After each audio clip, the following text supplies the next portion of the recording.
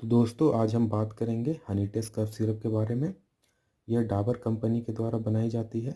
यह एक Ayurvedic cough syrup है और इस पे देखें तो इंग्रेडिएंट्स तो इसे पाई जाती है हनी, तुलसी, मुलेठी, सुनीठा और बनस्पा।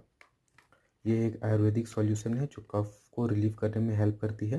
और इसके डोसेज के बारे में बात करें तो चिल्ड्रन को ये 1 table spoon 5 ml 3 to 4 times a day देते हैं और एडल्ट को 2 table spoon 10 ml 3 to 4 times a day। आगे और भी जानकारी के लिए बने रहिए हमारे चैनल पे। Thank you.